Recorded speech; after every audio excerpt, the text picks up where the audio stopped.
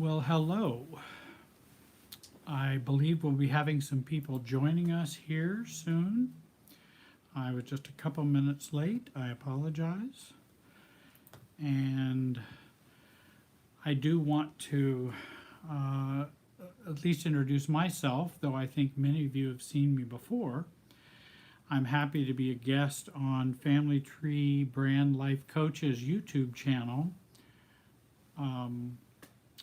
And Sumit, I see you're joining us. Thank you. Can you hear me okay? I want to make sure that people can hear me because I can assume that, good. Yes, then there is hearing me, which is great. And my name is Jerry Wise. I am, hi, Rinda, great. And you're going to help with being a moderator. I appreciate that. I'm Jerry Wise. I'm a relationship coach. I am a life coach. I've done many other caregiving jobs in my past, and now I offer self-differentiation coaching and family systems, consulting and coaching for clients that I have all over the world. I am blessed to have so many people interested in the information that I've been offering, and I get to join Family Tree Brand Life Coaches tonight, and I'm going to be talking about building self-esteem. I'm going to use a couple of resources and speak from those. I just realized I have those two books over there underneath that piece of paper. I just want to make sure I have those books because I want to, they're paperbacks. I'm going to use some resources tonight to share with you some things that I hope will be helpful. I know many of the folks have had to deal with narcissistic abuse and narcissistic people in their lives.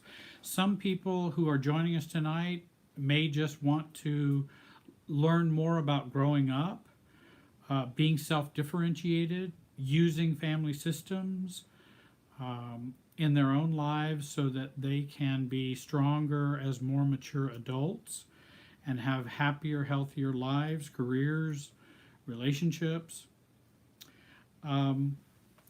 I've been doing this for about 40 years, and I know enough to be dangerous now. And but I do want to share a particular perspective, like with building self-confidence, from a different point of view that folks may not hear quite so often, which is more of a family systems approach to self-confidence. I also wanted to share with you, and I'll probably mention this again, I am answering questions. I do have a number of questions. I put out some information about the broadcast tonight, and I had a lot of people sending me questions. I almost have some hesitation about asking you for more questions because I have plenty. And we only have 90 minutes tonight, and we could probably talk for 4 hours to answer all the questions that people have. If you would like to ask a question tonight, I would suggest you put capital question, write the word question in capital letters, and then write your brief question. Remember, we only have 90 minutes tonight, so we can't go into long narratives or very involved family dynamics and things like that. Because if it's something that would take 2 or 3 therapy or coaching sessions to deal with, and I'm not sure I can handle that tonight, I would recommend, if you'd like to work with me, you can contact me at www.jerrywiserelationshipsystems.com. And if you'd like to get information from me, I have resources that I can send out to you. And so if you'd like to ask that question, put question in the front, and then I have someone watching and helping me. I have a wingman tonight. I'm very appreciative of having him join us tonight so he can be of help. The topic again is on building self-confidence. And one of the things that struck me as I was reading or rereading a book by Marjalis Fjellstad, her book, Stop Caretaking the Borderline or Narcissist, and How to End the Drama and Get On With Your Life. And she talks about building self-confidence in there. And I thought she had some very good things to say. She comes from the same background I come from, such as a marriage and family therapy background. And so she does incorporate a systems thinking to the solutions and the problems that she deals with. So if you'd like to ask a brief question, feel free to do that. We'll try to get to as many questions tonight as we can. Let me share some information from, I do need to have my glasses. As I'm getting older, I've got to be able to have something to be able to read. I do have LASIK, so I can see far away. I just can't see close. Marjalis Fjellstad has some great advice about increasing and building self-esteem in her book that I mentioned. And I really do advise both of her books. She has two great books on dealing with narcissism in relationships and families and things like that. And I think it's a mature view of those issues. She would advise, and I want to share a few things that she would advise to her readers. She states, increasing your self-confidence happens by changing your thoughts and behaviors toward yourself and taking good care of yourself. Now, people will ask me, well, how do I build self-confidence? Well, that will require changing thoughts and behaviors towards yourself and taking good care of yourself. It's certainly not by waiting on other people to give you self-confidence, because all of those self-words, self-esteem, self-confidence, self-acceptance, are not produced from other people. They are self-esteem, how I feel about me. They're self-confidence, my own confidence that I feel inside me. And self-acceptance. It's my acceptance of me, not other people's acceptance of me. And that's how we build self-confidence, is we work on this self. And that's very important. And I liked her initial conversation about how you would build self-confidence. One of the things that she suggested is, firstly, don't take anything personally. And I think that's a very big component. We often stay enmeshed with relationships and we stay enmeshed with other people because we take so much personally. And, you know, you've heard me say before that we want to be sure to observe and not absorb when we're in relationships with other people. We don't want to absorb the relationship, we want to observe it. So we want to stay detached. And if we take things personally, we're absorbing the relationship. And that's where Marjalis is saying, don't take things personally, observe things that are going on, but don't absorb what's going on. And we've talked before, and I've used the analogy or the illustration of, you know, if somebody calls you a selfish, no good, unloving sister, then what we do is immediately in our thoughts we go, none of that is true. That is what they think and they feel. And many times it's not even what they really think and what they really feel. It is a systems comment that they're making. They're wanting you to stay enmeshed. They're wanting you to stay, to absorb what they're saying. They're wanting a reaction. They're wanting you to behave in a certain way. They may not even fully believe that's how they feel about you, but it is a way for them to control or manipulate you. And so remember that the people you are dealing with and have dealt with throughout your life are, many of them, if you've grown up in a dysfunctional family, not reliable people to identify reality. They are not reliable in how they would assess you, or mostly assess much of anything, especially if they're malignant narcissists or they're very unhealthy, immature parents, siblings, spouses, friends, and that we begin by acknowledging that they are not good at identifying reality. So then the question becomes, why would I give them that kind of hearing and hear them as somehow reality? Because it's not reality. It is not true. And remember, I think you've probably heard me say before, what I have used in my past is to go, oh, they're just calling me a Coca-Cola.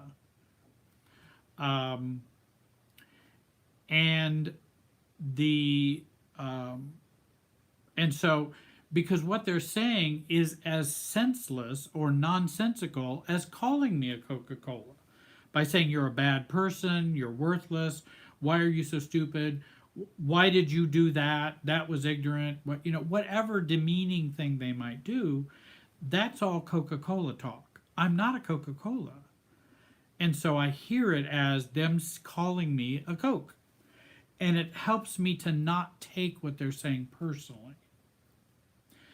I just put a quote up not long ago on my Facebook page. Jerry, It popped back up. there we go. Yeah, we were buffering. Sorry, we were having some buffering problems. I'll talk faster so that we can outrun the buffering. If you understood how frequent people cope by projecting or projecting onto others, you would learn to take absolutely nothing personally. Because it is used so often and so frequently that it is very unwise, because so many people use it and use projection, and they will take their own weaknesses and their own problems and project them onto you, just like a narcissist would. A narcissist would project his or her weaknesses, failings, and how many people do you know accuse you of doing things that they are doing? And that's projection. And so we need to be very careful and recognize projection and where it exists almost everywhere. And I've talked to a number of clients today, and even they were talking about in the workplace and different things. It was like, it had nothing to do with them at all. It was them projecting, their coworker projecting onto them, but it wasn't true for them. Those with low self-confidence have been victims of projection much of their lives. As long as you carry the responsibility of this other dysfunctional person's views or feelings, then you are not going to be able to see or feel yourself accurately. So we don't want to carry the responsibility for how they feel, what they think, and continue to obsess about that, because then we won't see ourselves clearly. That's why as you begin to practice this, that's where when somebody comes to you and says, I don't know why you treated your father so badly. Your mother comes to you and says, I don't know why you treated your father so badly. Now, you know, in reality, I don't remember treating dad badly at all. I don't know what she's talking about. But we can either absorb that and go, oh, that must be a right assessment of us. Or as we begin to work on this, we then start to use our mature selves and go, Mom, I'm confused. I don't know what you mean. That doesn't make any sense to me. Well, your dad said that you called him a jerk, which I didn't, but your dad said you called him a jerk and you treated him disrespectfully. Mom, I'm still confused. I have no recollection of that. I have no desire or need to say that. So I'm sorry, I don't know what dad's concerned about. I know you're coming to me to share that with me, though actually she's triangulating between your dad, you, and her. And so I would stay out of the triangle is what I want to do and go, well, I don't know. Maybe you should just have dad come and talk to me and he can tell me that he thought I said he was a jerk or whatever, because, hey, I don't remember doing that. I don't know why I would do that. It's not like me. So I'm just really confused, because an adult would be confused about someone pressing an irrational reality on them. An adult would go, huh?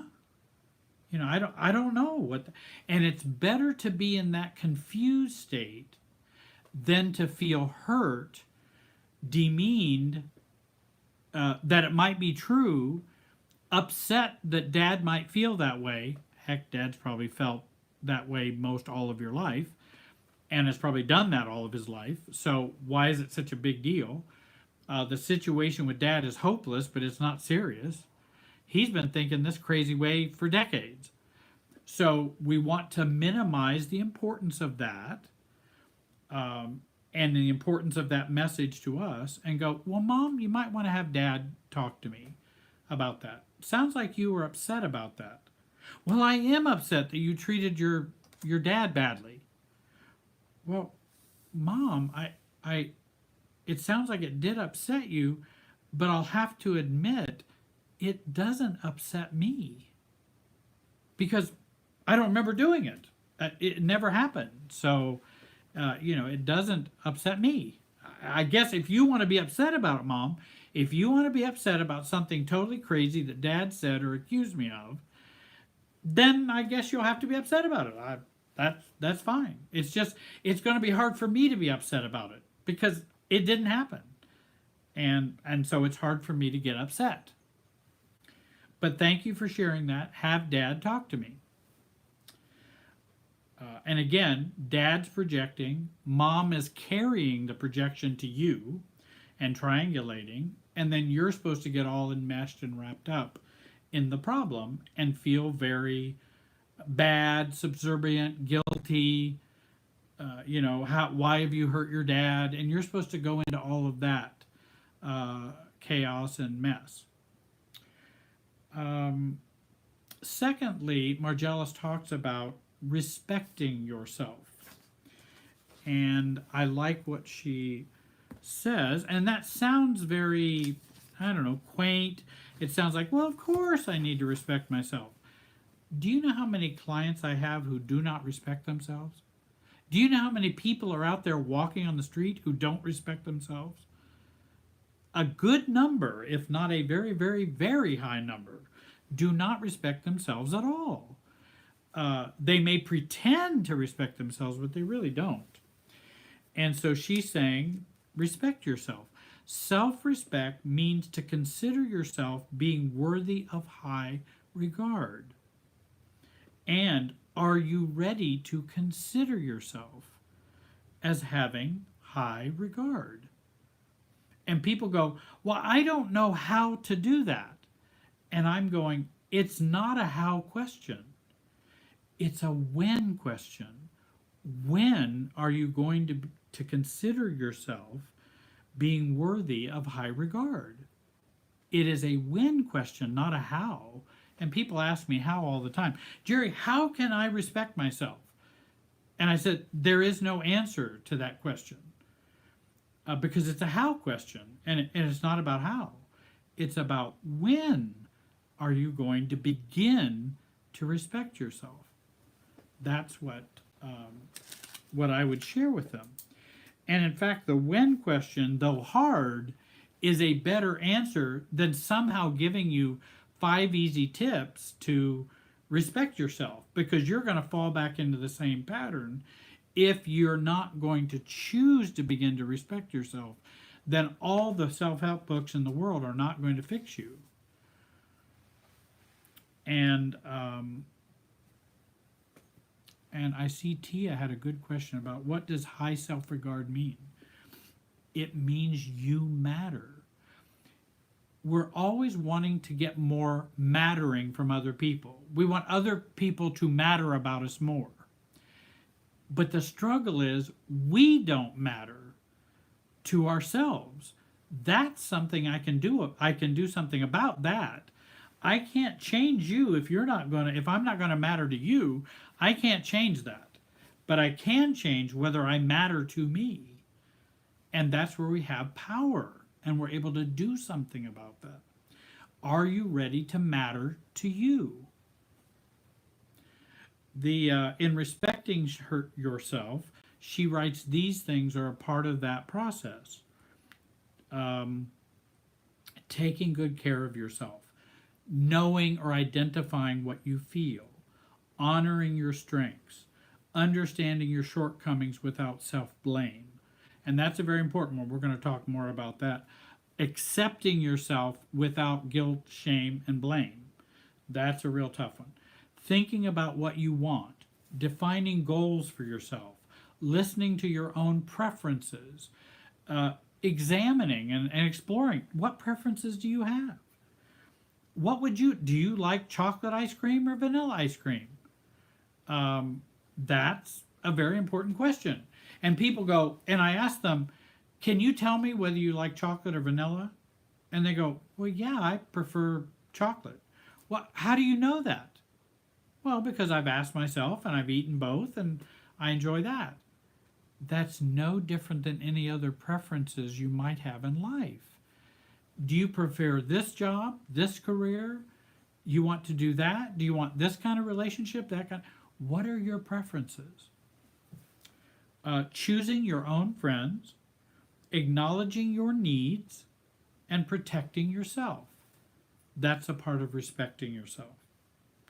And then improving that, she writes, listening to your feelings, honor your own dreams, love and care for yourself, stop interactions that are hurtful to you, eliminate negative put-downs, both from within yourself, let's just say within yourself. Take the time to think of what you want, and that takes time. You have to take a break and go, what do I want? In this crazy situation I'm having, what do I want? And so we have to ask that question of ourselves. Speak up for yourself, believe the best about yourself, and hang around people who really like you just the way you are.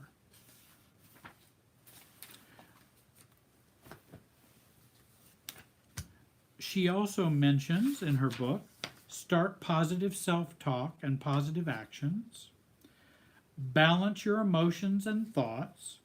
In other words, you might want to dial down your attention to your emotions. I didn't say don't be aware of what your feelings are. Dial down your attention to emotions and tune into your own thoughts.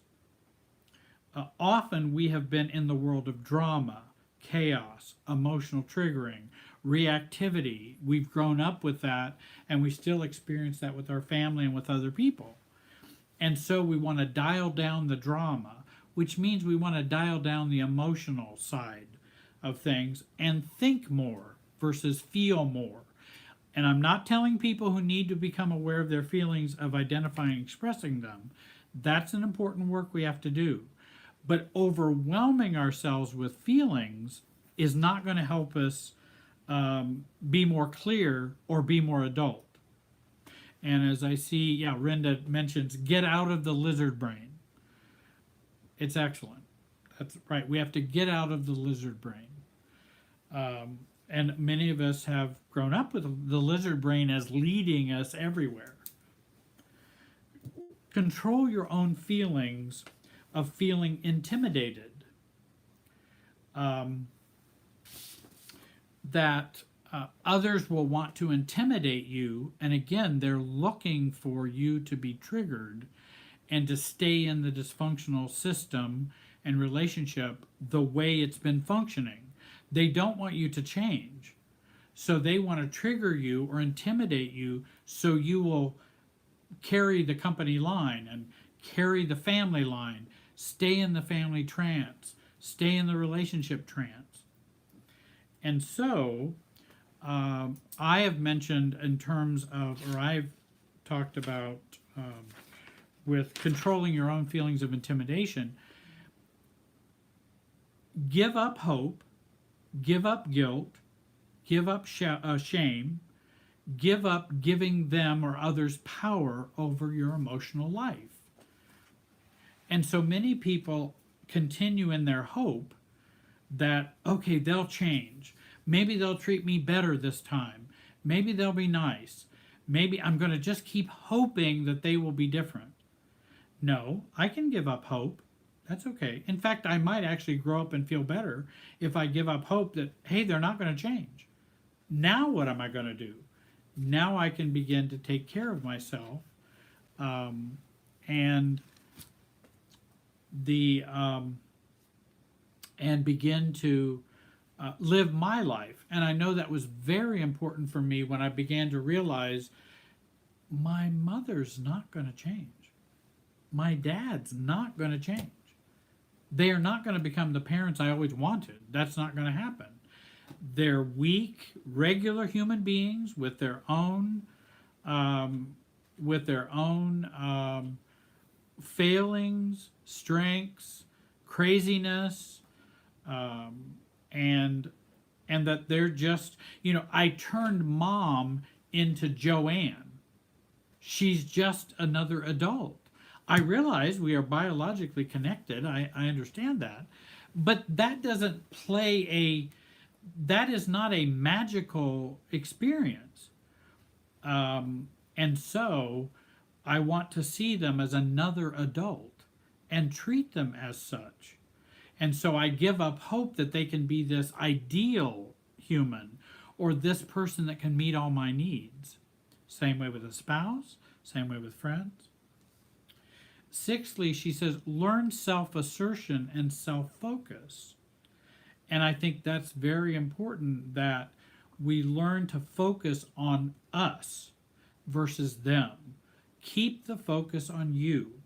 I talked to a client today. She was struggling. She was having a problem with her dad who had, it's a long story. I can go into the example, but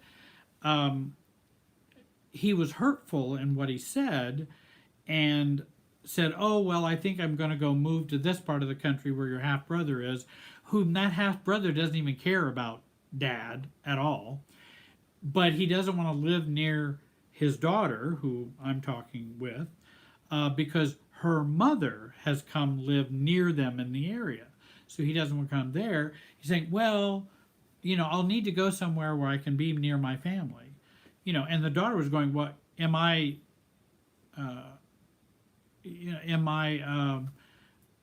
chopped liver?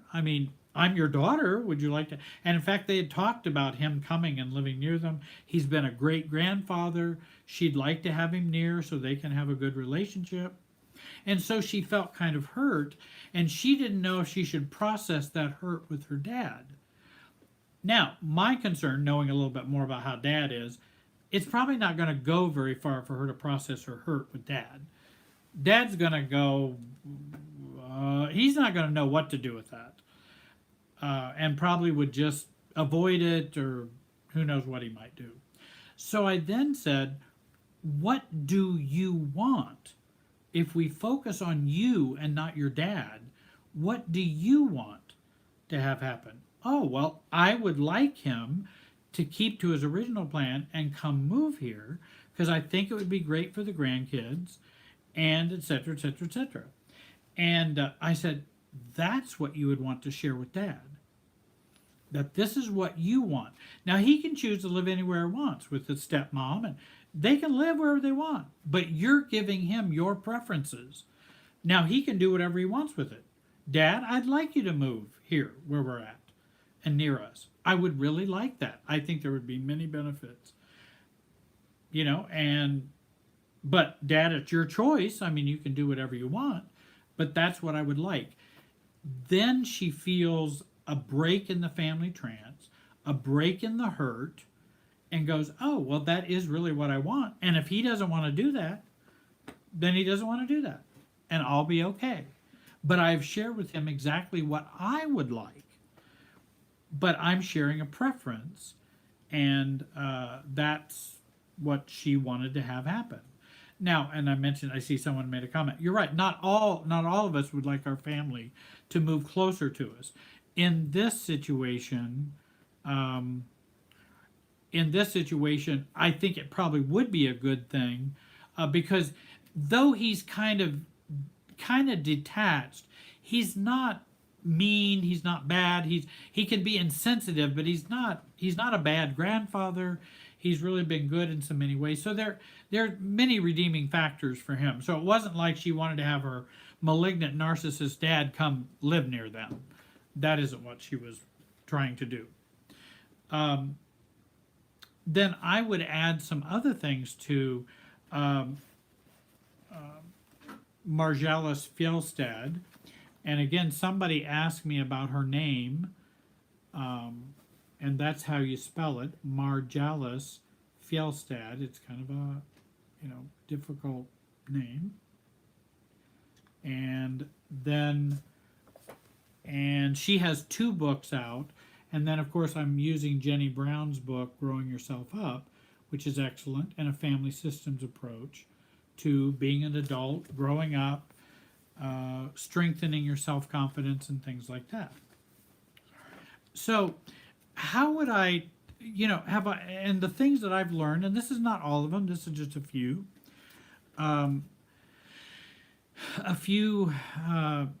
suggestions about what I would add in a family systems way to building self-confidence. Let the image of your mature self guide you. Start your imagery of your mature self. Visualize, think about, practice statements and questions that would come from your adult self. Grow your inner adult. Now you say, well, I'm not used to doing that. Well, no, you may not. You may not be used to doing that. And so you can begin to fantasize about that first. And you can begin to think about how would a mature me, if I didn't have these issues, if I didn't have this insecurity, if I didn't have this low self-confidence, what would I do? How would I act? How would I ask that question? How would I make that statement? Now we're into the realm of visualization and seeing a different us.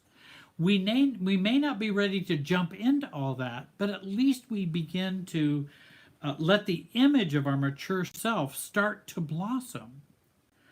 I think I've mentioned before that a tool that you can use is what would Betty do? And I think that's very important. And I've used that because I thought about, we had a neighbor growing up, Betty, and I always considered her fairly mature, detached. She's not a part of my family, and I would think, well, how would I deal with my mom? My mom lived much longer than my dad did. And so I use a lot more mom examples rather than dad. And I began to think, well, how would Betty react to mom? What would Betty say? What would Betty do? And that began to get me into my more adult self. Maybe I can pretend to be like Betty. Maybe I can think about, that's what I think Betty would do. And, well, that's a new way of thinking. And it starts to get me more objective about the situation rather than just caught and in the trance and blinded in the relationship.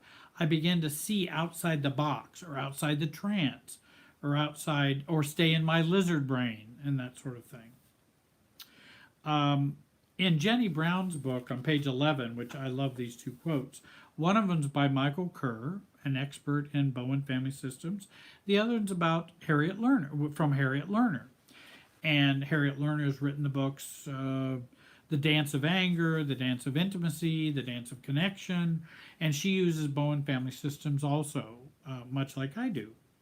And Michael Kerr writes, I think he's the head of the Bowen Family Systems Center in Washington, D.C. People frequently are willing to be individuals only to the extent that the relationship system approves and permits it. People frequently are willing to be individuals only to the extent that the relationship system approves and permits it. He's talking about enmeshment. That's what it feels like. That's what it's like. For us to grow, become more self-confident, and to grow as adults, we begin to gain and to choose courage to be individuals in spite of the approval or in spite of the permission. And because often we will function in the way the system will let us function. And self-differentiation is about living and beyond that, beyond the system, beyond the family. Harriet Lerner writes, the only person we can change and control is our own self. Changing our own self can feel so threatening and difficult that it is often easier to continue an old pattern of silent withdrawal or ineffective fighting and blaming. The only person we can change and control is our own self. Changing our own self can feel so threatening and difficult that it is often easier to continue an old pattern of silent withdrawal or ineffective fighting and blaming. And most people swing back and forth in the pendulum from one side of silent withdrawal to the other side of ineffective fighting and blaming. Both of them maintain the status quo. Both of them maintain my low self-esteem, my lack of confidence, my functioning in the system when we do those things. And I like Jenny Brown's book, Growing Yourself Out. And I quote her and use her often. She's from Australia, and she practices in Australia. Now here's a hard one, and this is part of what we're talking about. Become your own best fan for success. Become your own best fan to with regard to self-hate, self-disregard, self-loathing, because all of those things keep our confidence low.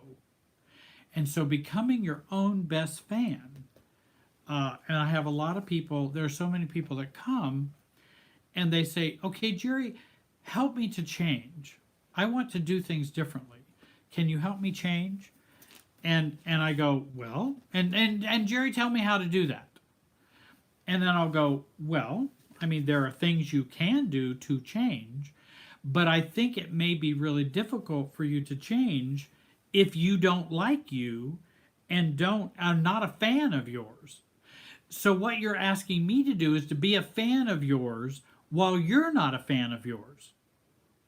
And that's going to make the therapy, the coaching more difficult. Because I'm a fan of yours, I'm on your side, but you're not on your side. And so how can we help you become more of a fan of you? then what we do together will be much more effective. Also becoming a fan of yourself, and I've had some clients recently who made some successes, and I think we only met 3 times, and she had some major changes that happened, and she said, I wrote my dysfunctional 17-year-old son who's living with his dad now, I wrote him a parental text to him as we have been talking that was very mature, very loving, it was detached, and I feel so good that I could do that. And she had a couple other successes too. And she said, I know other people may not think these are big deals, but see, I know they're big deals. Just like when I talked about the family prayer in some of my videos where I began to challenge my own family and my own functioning, when I said I did not want to be the only one and did not want to be who gave the family prayer every time our family got together. Just because I was a pastor at that time and just didn't want to do that. But that went against what I was supposed to be doing. The system says you need to be doing this. And so even making a small step, some people say, well, all you did was you telling your mom you didn't want to do the family prayer. Yeah, but you don't understand, that's not all it was. We don't do that in our family. This was a big deal. And of course it made a big change in me, even to do that small step. And so we are a fan of ourselves, and we are happy about our own successes. Ninthly, accept yourself. Oh, this is going to be a good one. Accept yourself as you are. And when I tell people and ask them about that, are you ready to accept yourself as you are? Well, no, because I don't like everything about me. And I do dumb things. And I attract narcissist boyfriends and girlfriends, and I marry the wrong people, and I'm codependent, and I'm this and I'm that, and I smoke and I shouldn't be smoking. And wait a minute. I didn't say, are you going to accept you once you become perfect? That's not what I was asking. But they think I'm asking that. No. Are you willing to accept yourself right now as you are? Warts, faults, weaknesses, brokenness. Are you willing to accept that? Well, no, I can't do that.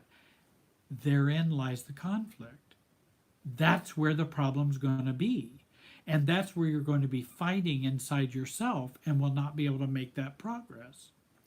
Because if we could help you to accept yourself right where you are right now, you then could gain some more meaning as to how you got here. You could tell the story and tell their story, your weaknesses story, your wart story, your brokenness story, your why you're smoking story. You could begin to give a narrative and a way to talk, so it would become less powerful for you, and you might be able to change. Accept your failings and weaknesses with no shaming, no loathing, just accept them. Sit with them, accept them. They have not been accepted, so they keep acting up. When we don't accept that part of us, if we're a smoker and we don't accept that, then we'll keep having anxiety and anxiousness about needing to smoke.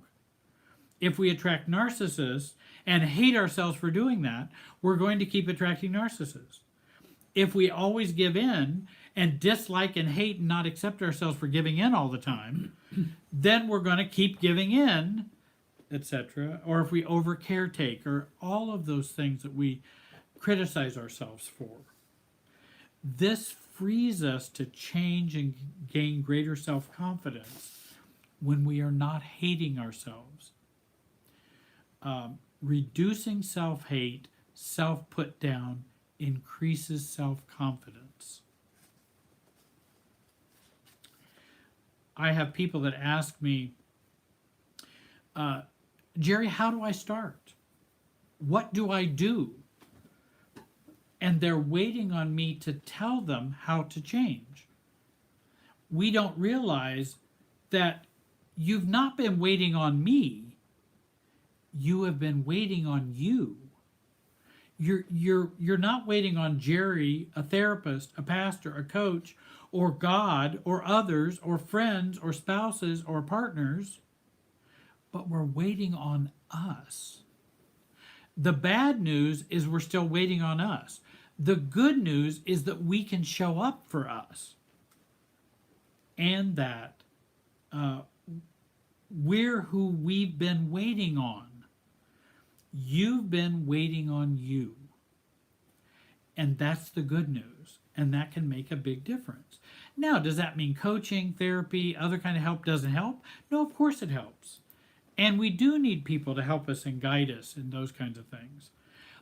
But the real practice comes in what I hope the therapy, the coaching, and all of that will do is help you see you've been waiting on you to show up for you. That's what the good news is. Because you've been taught you don't like you, you shouldn't be waiting on you, and that you will never show up for you. That's what we've believed. And so then when we go to other people and go, how can I do it differently? What should I do, Jerry? But actually, it's the thing is, the power is already in your hands. It's just we have not been guided to let's use it. Let's you become a fan of you. Self-love, self-acceptance. If you have felt worthless and fear taking assertive action, mistrust your own intuition, have no confidence, take very small steps, and do the trauma recovery.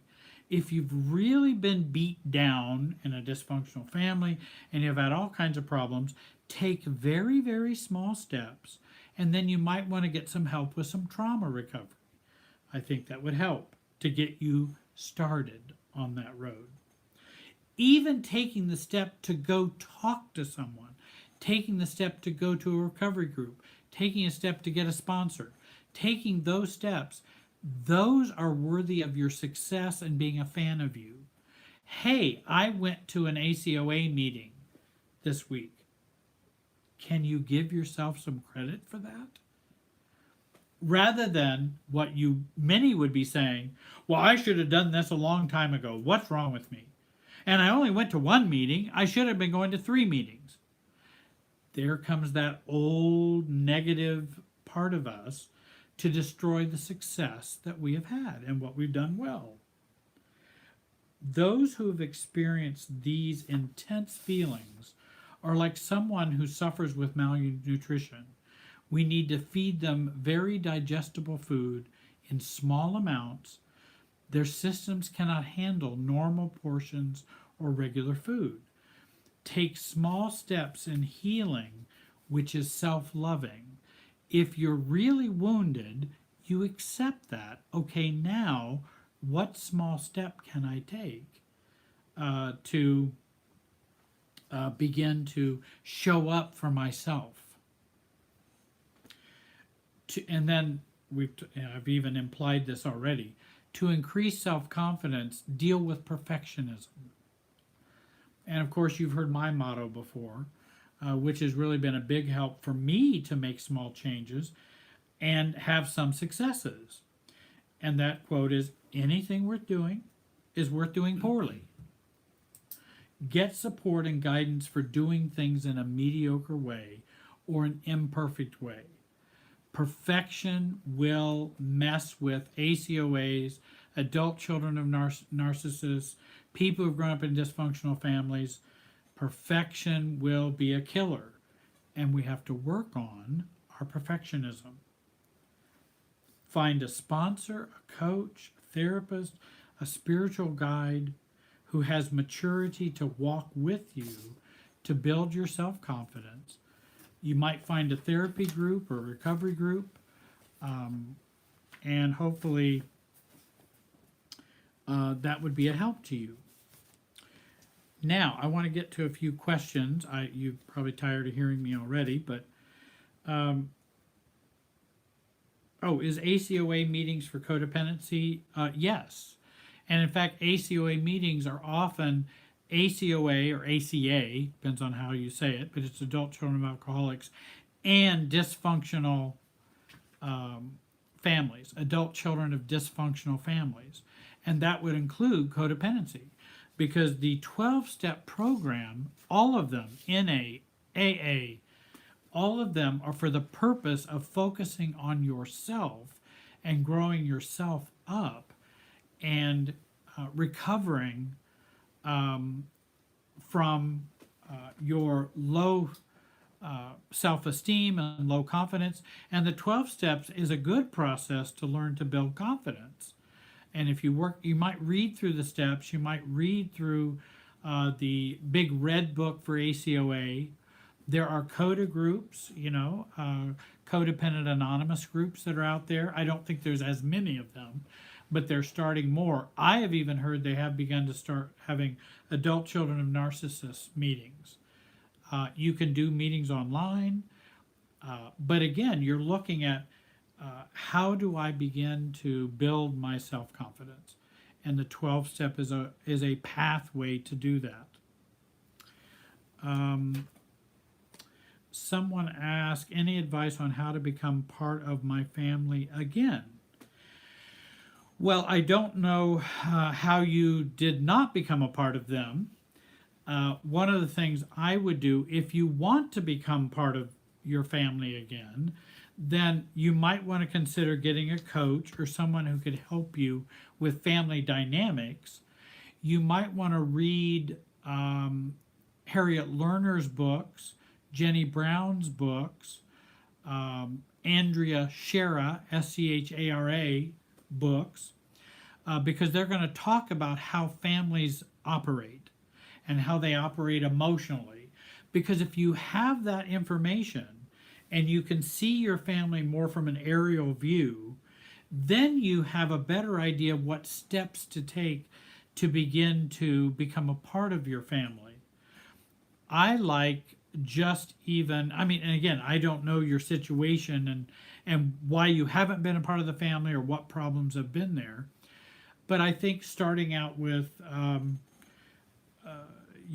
beginning to contact certain folks in the family. And again, if the family is malignantly toxic, then you might want to reconsider whether you want to become a part of the family again. If they are not, and there's just been some break or some conflict in the family in some way, because I know of folks who have been alienated from parts of their family because of what happened in the previous generation, and now they're suffering with that separation from their family, and they want to begin to connect with their family again because mom was mad at aunt so-and-so and they had a break, and so we never related as a family, and I was kept away from that, and maybe I want to begin to reconnect. And then I would put out feelers of, hey, and being honest and say, hey, I want to I put out some feelers. Hey, I would like to, connect with you and see how you're doing. I know we haven't been connecting or haven't connected in the past. Is that something you're interested in doing? Because I have many questions. I like starting out as being kind of a researcher rather than there's some questions or information I'd like to know. Is that something you could help me with? Aunt Mary or whatever. And in fact, I've had people go and talk to that aunt in which there was conflict with their mother and that aunt, and she's able to give a lot more history and background about that cutoff and about that separation. And it can begin to bring some healing in that regard. Now, that's not every family, and many narcissistic families that would not work well, but there are some families that would. And I think if you're uncertain, you might get some advice for someone who is kind of an expert in family systems and they would be able to give you good advice about that. Somebody asked, do all codependents enable, or are they two different things? Well, I think of enabling as something that is kind of a subcategory of codependency. Oftentimes, codependents will enable in small ways and in large ways. And so I think it's a part of the codependent syndrome to do that.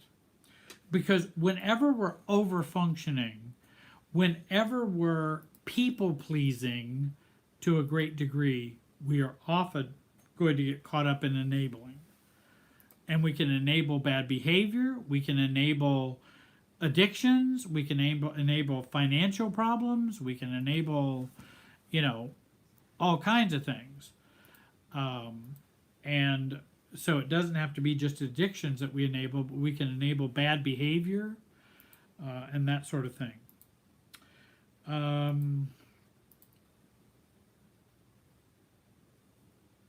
When honoring yourself first and putting yourself first, how do you balance give and take and compromising with new relationships so you don't get back into bad habits of changing for others? Well, first of all, we want to eliminate the perfectionism problem. You're not going to be perfect in honoring yourself first. We're not going to do that perfectly. We're going to be having some problems with that. And so it's okay if you don't do that perfectly, and if you find yourself kind of gravitating back to the old ways. But we get back up and we go again. And we can get back to changing for others. It may be something we can use to learn about ourselves, that, boy, when I notice I'm going back to changing for this person to make them happy, or I need to change myself so they'll like me. Okay, hold on. I need to go I need to move to a state where, I don't need them. But I would like to have a relationship with them, but I don't need them. So I'm going to work at being myself. If they don't like myself, meaning if I am not changing for them and they don't like that, well, then they don't like that. Then they can go on down the road. I mean, that's okay. If that's because I'm I'm doing the best I can. I'm not perfect. I'm not going to try to get into, I'm going to change myself so you'll be happy with me. I'm not going to try to do that. And, if they don't like that, then I just have to move on and find some other friends.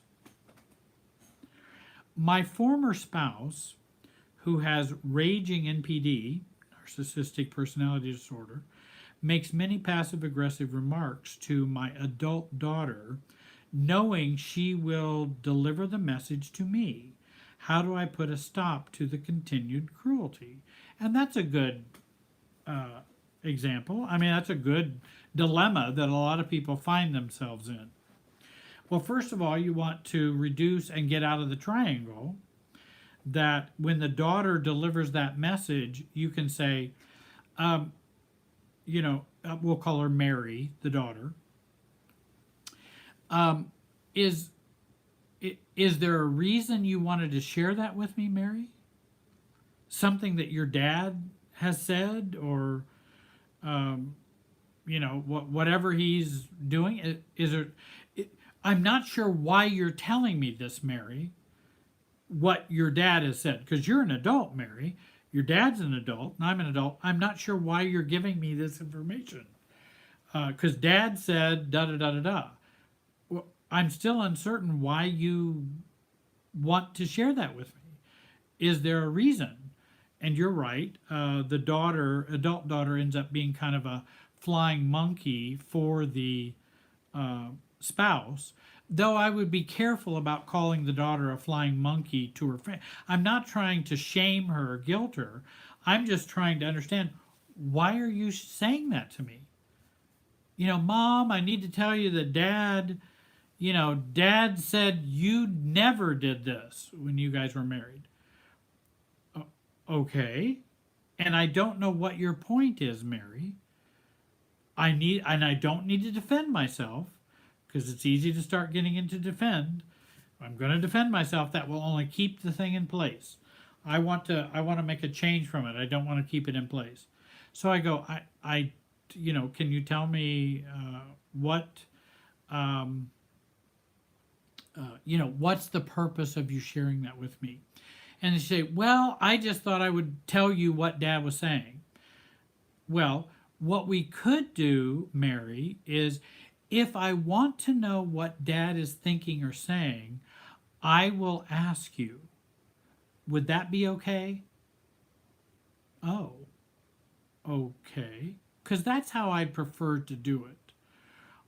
Because I'm not quite as interested in what your dad has to say, and so if I ask you, then you might share that with me. But if I'm not asking you, then you might want to keep it to yourself. Or if Mary, did what Dad said upset you? Because see, sometimes that can be the case. Dad says something, the daughter then comes to the other mother or whatever, and they're upset by it, so they take it to Mom. And I'm going, well, Mary, did that upset you what Dad said? Yes, that's why I came and told you. Well, Mary, it doesn't upset me. And you may want to talk to your dad about that. And if you would like him to not tell you those things, you can let him know that.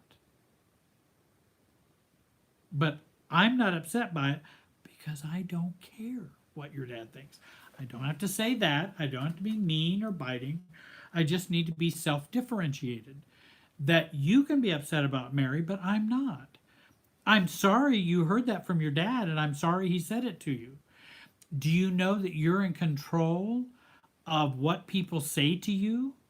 You can decide whether you want to continue to relate to them or not, or hear them or not. That's up to you, Mary. And so that's the good news. Because I divorced your father and I made a choice. You can make a choice too. I'm not telling you what you should do. I'm just saying you're not helpless. And if your dad's a malignant, raging, narcissistic, passive aggressive, then you may want to reconsider your relationship with your dad and either go gray rock or do very little with him. Because my hunch is he's not going to change, honey. And and you telling me what Dad's saying is not gonna change anything, because he's not going to listen to me. He's not going to listen to me. Another question: have a healthy relationship if one has healed and moved on and the other isn't? Oh, okay.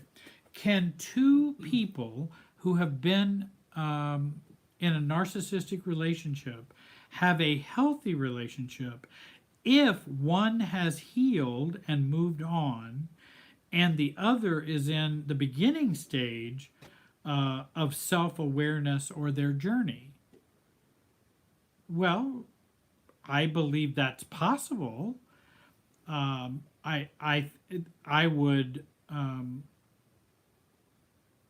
and see, I don't know if you were saying both were narcissistic or the one of you who is not narcissist.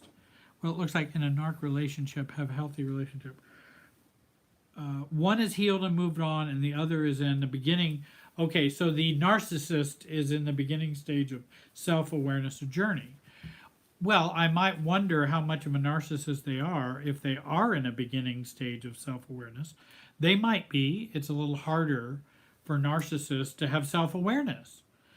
And it's very difficult for narcissists to have a beginning journey to anywhere other than anything that doesn't lead back to themselves. That's what I found with narcissists. But I understand we use this term narcissist, and we're talking about people that have all kinds of different types of problems and neuroses and things like that. So, but certainly if if someone wants to be in a relationship with someone who is on, you know, a true self-awareness and true journey of healing, sometimes narcissists will do that as a ploy, but actually they're not really changing. It's just a ploy they're doing. But if it's a true journey, then you can, from a distance, begin to maintain a relationship with them and see how that goes. And you can walk it a day at a time and take a day at a time. And if it doesn't work, if it isn't working, if it's too toxic, if they aren't growing or changing fast enough for what your preferences and in your life, then you'll have to choose what you need to do for you. I hope that helps with that question. Can a person be codependent and a narcissist? Well, actually, and that's a good question, though it's putting two different fields of thought together. Codependency comes from kind of the addiction model of way of looking at someone who's enmeshed and that sort of thing. Like codependency is the addiction word for enmeshment. Enmeshment is the codependent word in family systems. And then narcissist is the personality from the world of personality disorders.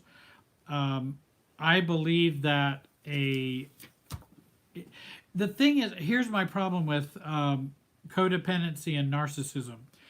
If someone is codependent, I tend to believe they have a lot of guilt.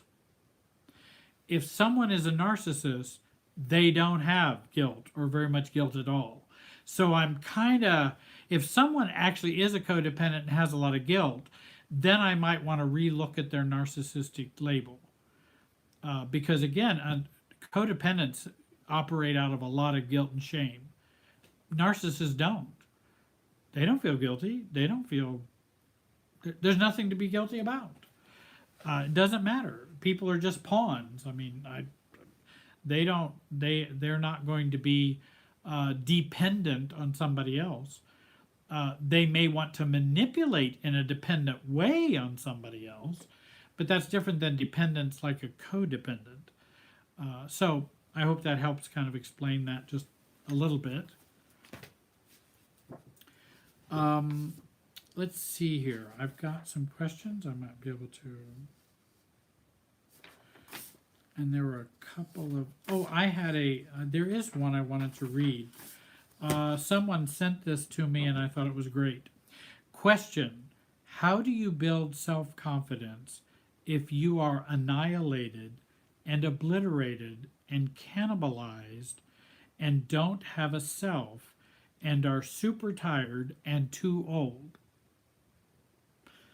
I think that's wonderful.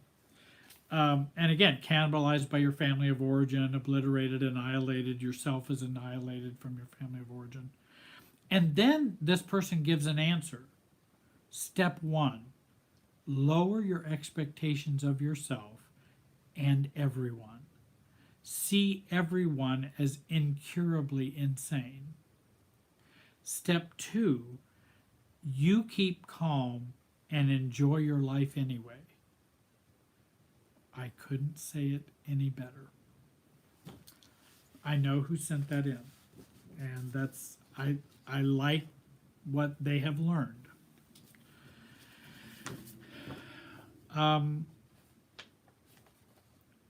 Let's see.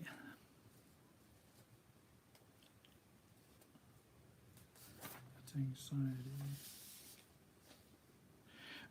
One question, and this is from Anonymous: how does one develop self-confidence when one does not have a stable sense of self? Well, most of us did not grow up with a very stable sense of self. Most people grew up in a dysfunctional family. I'm sure there are some healthy, normal families out there, but I just don't know very many.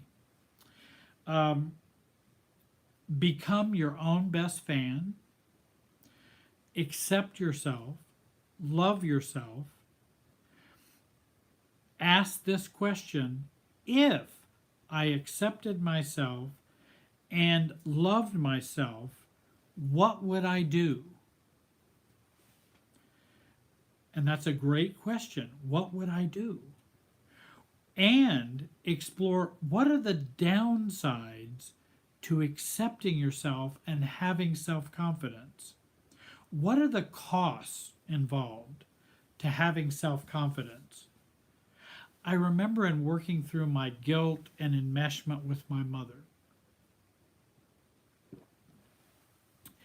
And I remember working with a therapist, Reggie. He was wonderful, and he was a good family systems therapist. He was very good. And I remember him asking those kinds of questions.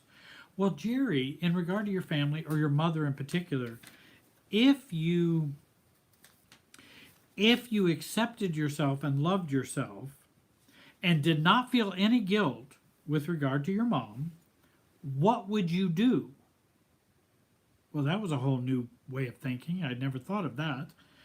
And then second, he said, if I took away your self-hate, if I took away your guilt, if I took away your non-acceptance, and you couldn't have any of those, what would be the downsides?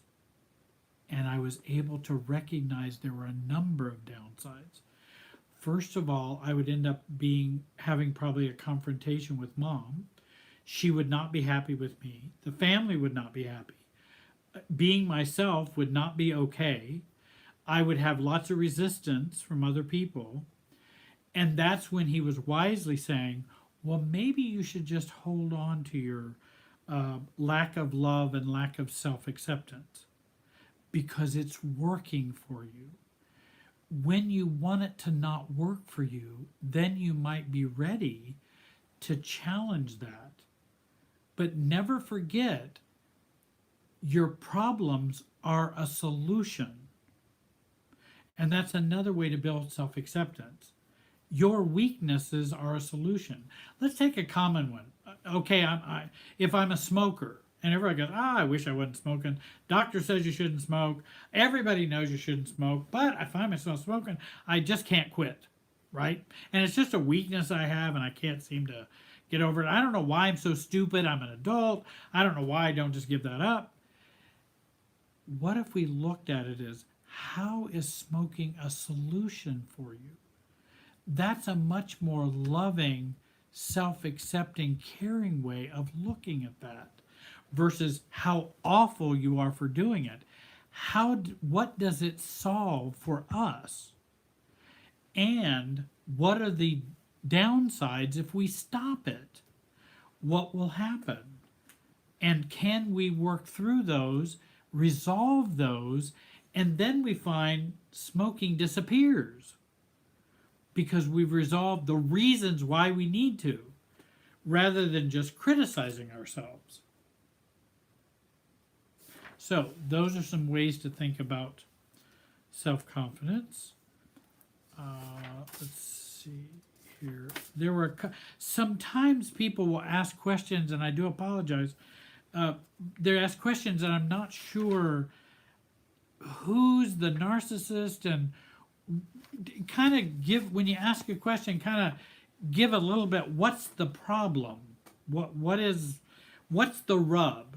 Because I want to know what the rub is, because that's where I want to help you move beyond the rub, so to speak.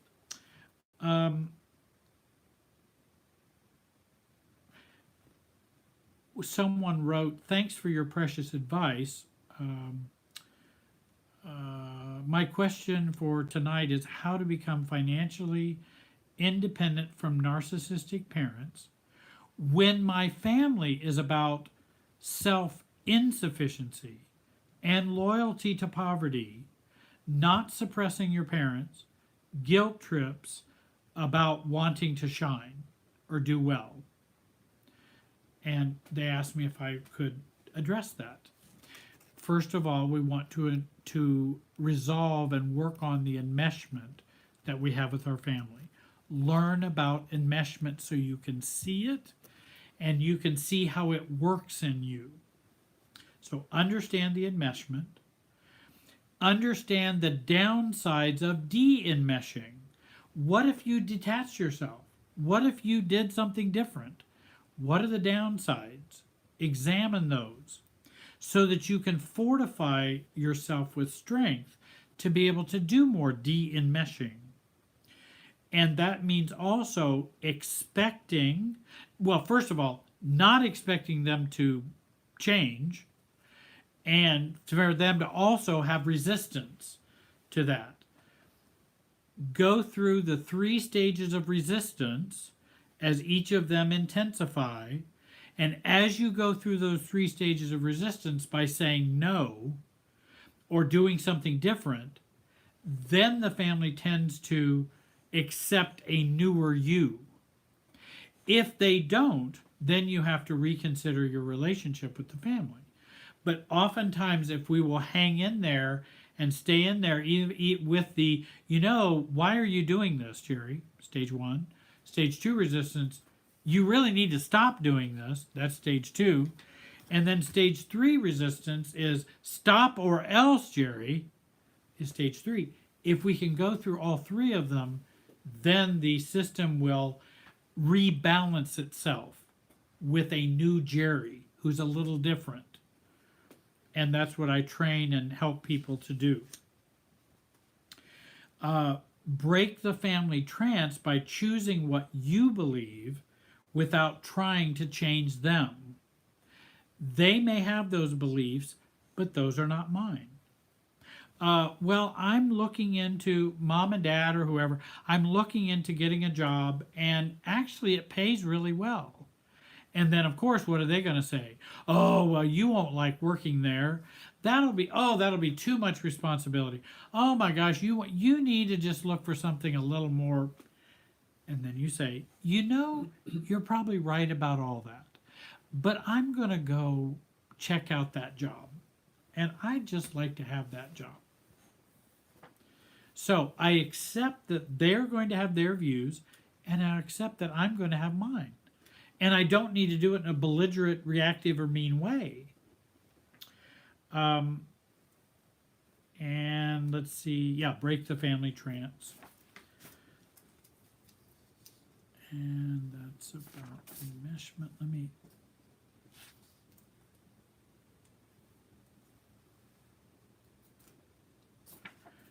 This one's about triangles. A person asks, I have some questions for tonight. I'm beginning to set boundaries with my family of origin. They are creating triangles with my adult children to find out information about me. How can we stay confident and focused in avoiding getting caught in these triangles? Well, stay confident and avoid the triangles. Now, that sounds oversimplified, I understand. But what we want to do, and see, I would have asked that person further, I would ask them, how do you get pulled into the triangle? Do your children come to you and say, so-and-so is saying, or blah, blah, blah, or do your parents come to you and say, well, your adult daughter told us this? And because then you can begin to set your boundaries. Well, I'm not going to talk about what I told Susie, who came and told you what happened. That was a conversation for me and Susie. Yeah, but I want to talk to you about it. I don't want to talk to you about it, and I don't have to. That was a conversation between me and Susie. And you can set a boundary. And I would ask, how would you be caught? How would you find yourself being caught in the triangle? And how would they come at you?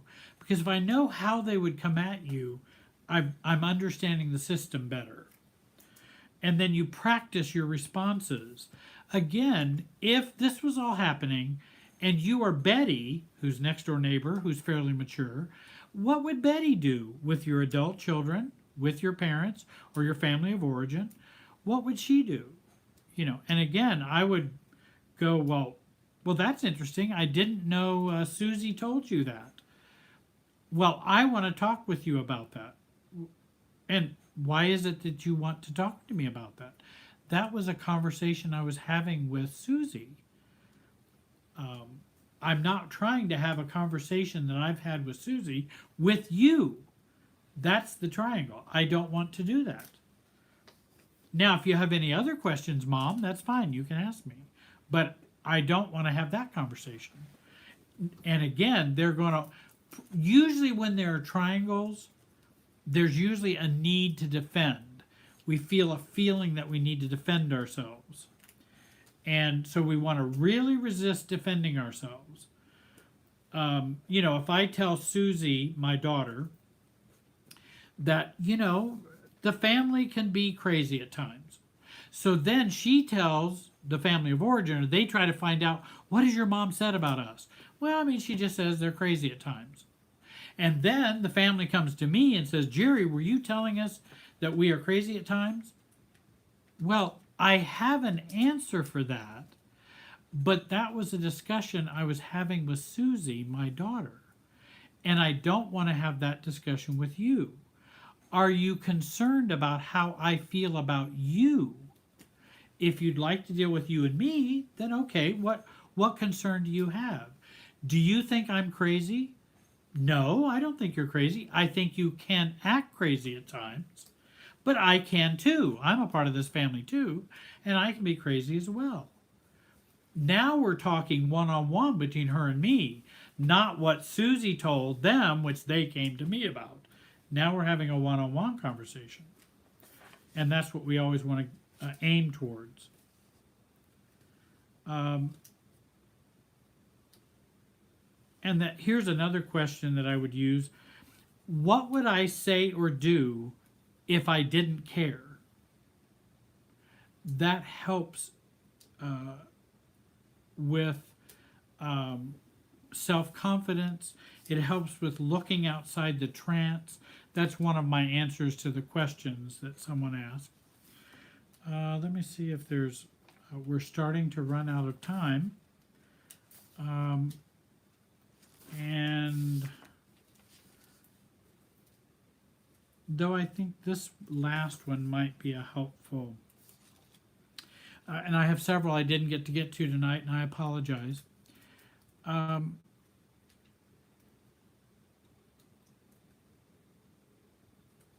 Gaining confidence in my ability to handle and keep low profile in a toxic relationship with a very passive-aggressive, covert narcissist until I can leave.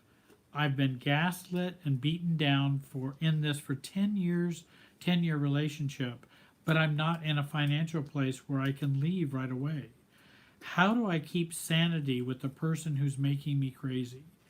And there's a lot of people who've been pretzeled into very unhealthy relationships, and they don't know what to do because they are financially dependent or all pretzeled into this very unhealthy relationship. I remember a woman, wonderful woman, very strong woman, loving woman, fairly codependent, and she was going to school, taking care of her children. She had a horribly narcissistic husband that she was with. She wanted to leave him. He was a mess. Financially, he was cheating on her. He was financially abusing their money. And she came to me and wanted to work with me. And we spent 2 years getting her out of that relationship because she couldn't go for a number of reasons and then finally, as she prepared, she was then able to make that break in a good way, and it actually worked out well for her. But it took quite a while because she was financially dependent. She needed to get some schooling so she could get a better job, so she could be more financially independent. And how do you play that game for 2 years? And I think a part of it is, I think if you want to look up the person who asked that question, I won't use your name. If you want to look up Going Gray Rock, there's a great article that I read on Going Gray Rock, and it was really well written. I'm sorry I don't have the reference right now. I should have printed that off. But Going Gray Rock is a good thing to do if you're in one of those kind of impossible situations and very difficult ones that you can't just leave right now. you might want to work towards going gray rock so you have less of an, they are impacting you less, and you are feeding the narcissism less. You're less of a supply for them, and you're also building up your internal wherewithal so that you're not as damaged and hurt by them. You care less. And I hope that has been a help to you. I have some other questions. I will keep those questions and see if I can answer them the next time we're together. You can contact me at Jerry Wise, my name, the number 5, at gmail.com. I'm also on Facebook. I'm also, and thank you, Rinda, for being here tonight. And I'm also on Facebook and the YouTube channel. I have that. Also Twitter and some social media in that respect. There's some new things that are going to be coming out and that I'm working on.